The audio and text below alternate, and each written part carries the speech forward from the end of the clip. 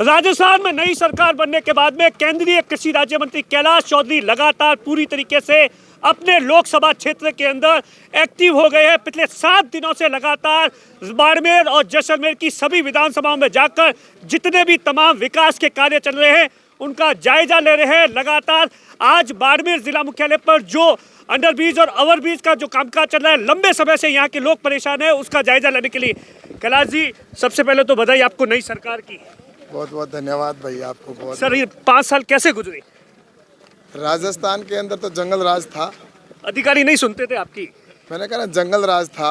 अधिकारी तो क्या, उनके ऊपर तो जो सरकार होती है जैसा निर्देश देती है वैसे अधिकारी करते हैं। और राजस्थान के अंदर जिस तरह से भ्रष्टाचार था या जिस तरह से यहाँ पर बहन बेटियों पे अत्याचार होते थे, इस पूरे जंगल राज को राजस्थान की जनता ने देखा था और इसीलिए राजस्थान की जनता ने परिवर्तन कर दिया। और अब एक सुशासन देने वाली सरकार भारतीय जनता पार्टी की राजस्थान में बनी है, तो आने वाले समय में डबल इंजन की सरकार बनी है। तो हम निश्चित रूप से जो काम बचे हैं उन कामों को जल्दी फास्ट गति के साथ करवाएंगे और उसी का परिणाम है कि आज आप देख रहे हैं यहाँ पर जो हाईवे के काम चल रहे हैं, ये जो तो उनको तुरंत प्रभाव से कैसे हम काम को कराएं, क्योंकि प्रधानमंत्री जी की सोच है कि समयबद्ध तरीके से हमें काम को कंप्लीट करवाना है। तो इसलिए ये जो भी बहुत से अधिकारियों को आप लापरवाही के चलते उन्हें डांटना पड़ रहा है, आखिर क्या मतलब किस तरीके का हाल है और इन 7 दिनों के अंदर आपने क्या चीजें नोटिस की? जो काम हो रहे थे क्या क्वालिटी वाइज सही नहीं हो रहा था या भ्रष्टाचार था या क्या कुछ था? राजस्थान के अंदर देखा जाए तो जो राज्य सरकार के जो काम थे वो नंबर 1 तो भेदभावपूर्ण काम कर रहे थे और उसके साथ ही भ्रष्टाचार था और यहाँ के जनप्रतिनिधियों का उसके अंदर जितना इन्वॉल्वमेंट था कि अधिकारी स्वतंत्रता के साथ काम ही नहीं कर पा रहा था। भू माफियाओं से मिले हुए थे, बजरी माफियाओं से मिले हुए थे और जिस तरह से कब्जे करना ज़मीनों पर, ये सब जब चीज़ें देखी गई तो इसको लेकर मुझे लगता है कि अधिकारियों को ये चीज़ अब समझ में आ गई है कि ये भारतीय जनता पार्टी की सरकार है जो भ्रष्टाचार के आसपास भी नहीं है और ईमानदारी से काम करना है।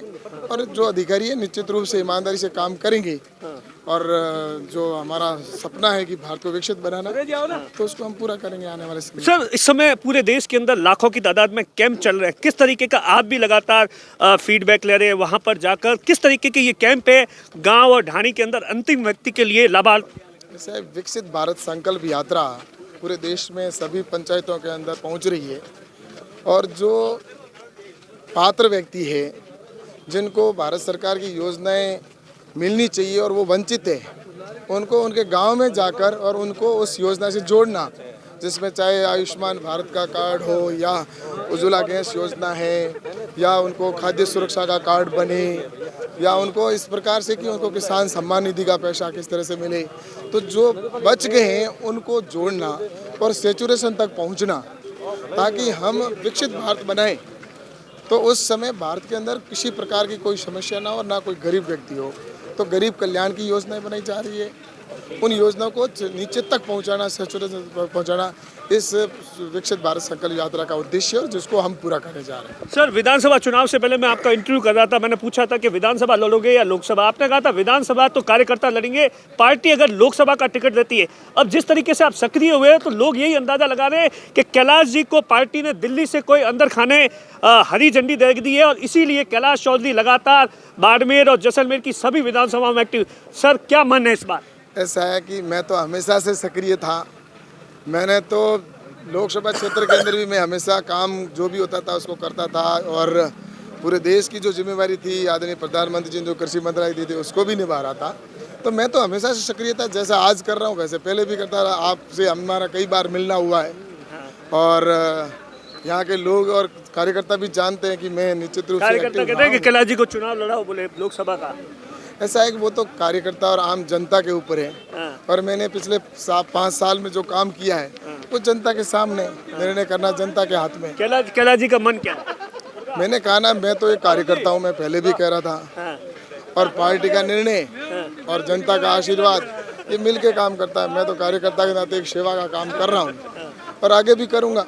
अब देखिए ये कैलाश चौधरी है जो कि सीधे तौर पर ये संकेत दे रहे हैं कि जो कार्यकर्ता जो जनता चाहेगी होंगे। कुल मिलाकर आप देखिए कैलाश चौधरी इस समय पूरे तरीके से सक्रिय हो गए। आप देख सकते हैं काफिले के साथ में जो NHA के अधिकारी हैं उनके साथ में जाकर ये जो निर्माणाधीन ब्रिज है इसके बारे में कि किस तरीके के जो तमाम रिपोर्ट्स है, किस तरीके से कब पूरा होगा, अगर से देरी हो रही है तो क्यों हो रही है, इन तमाम चीज़ों को लेकर जानने की कोशिश कर रहे हैं। दिनेश वोरा, बाड़मेर, राजस्थान तक।